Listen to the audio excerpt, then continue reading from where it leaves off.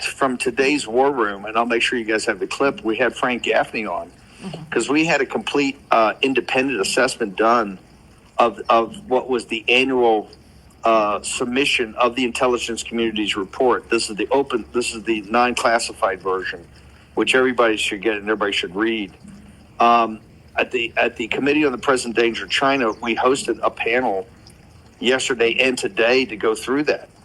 And although the CIA Director John Ratcliffe, who's a good man, and calls that, which we 100% agree with, Colonel Grant Newsham of the United States Marine Corps, who wrote one of the best books, When China Attacks, which completely goes through the battle plans of the PLA and the CCP on the assault on Taiwan.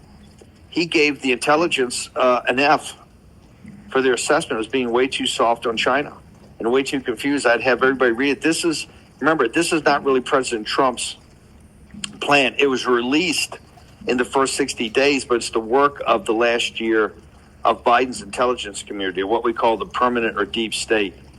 And it was shocking in how easy it went on the Chinese Communist Party.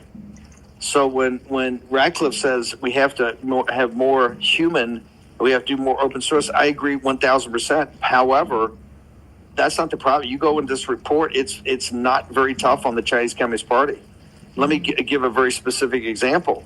It talks about fentanyl and the chemical warfare, the second opium war, the chemical warfare onslaught by the Chinese Communist Party and the Mexican cartels in partnership, of which President Trump is getting ready for a kinetic military operation, I believe, against the fentanyl labs and the partners of the CCP and the Mexican cartels relatively soon.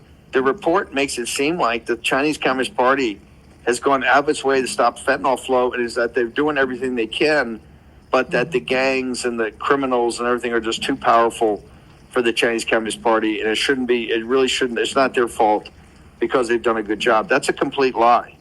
Yes. The intelligence community in the United States, for your audience, they have to understand it's very weak. It's always missed the mark on the Chinese Communist Party. I happen to believe, just like Voice of America, that's been infiltrated.